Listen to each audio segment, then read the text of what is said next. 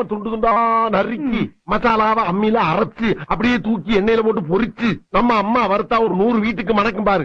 அந்த மாதிரி கமகமகமகமகமகம்னு சமைச்சு மண்டைய மாமனுக்கு வாழைய மருமனுக்கு நடு துண்ட உன் தம்பிக்கும் தனியா பொரிச்சு குடுக்குற. எனக்கா இன்னைக்கு சமையல பின்னு பின்னு பின்ற. இதுலதான் உன் தம்பி மேல எவ்வளவு பாசமா இருக்குன்றத பாக்க போறேன். அத்தை நான் மீன் குழம்பு வைக்கிறேன் அத்தை. கொஞ்சம் இருந்தா வந்துடுறேன். எங்கடா போற? மீனை வாங்கின வேட்டை கொடுத்துட்டு பக்கத்து தேட்டர்ல என் தலைவர் எம்ஜிஆர் படம் போட்டுக்க பாத்து காலைல வரண்டாயி.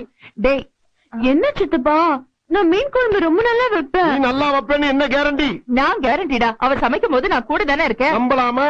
நம்பலாம். சரிதா வச்சு கொடுத்தா நீயே வாங்கிக்கோ.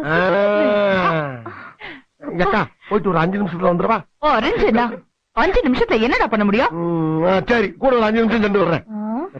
மீனை பச்சையா பாக்கும் போதே நாக்கு துடியா துடிக்குதே. ஏன்டா பூனை கருவாடு கலையிற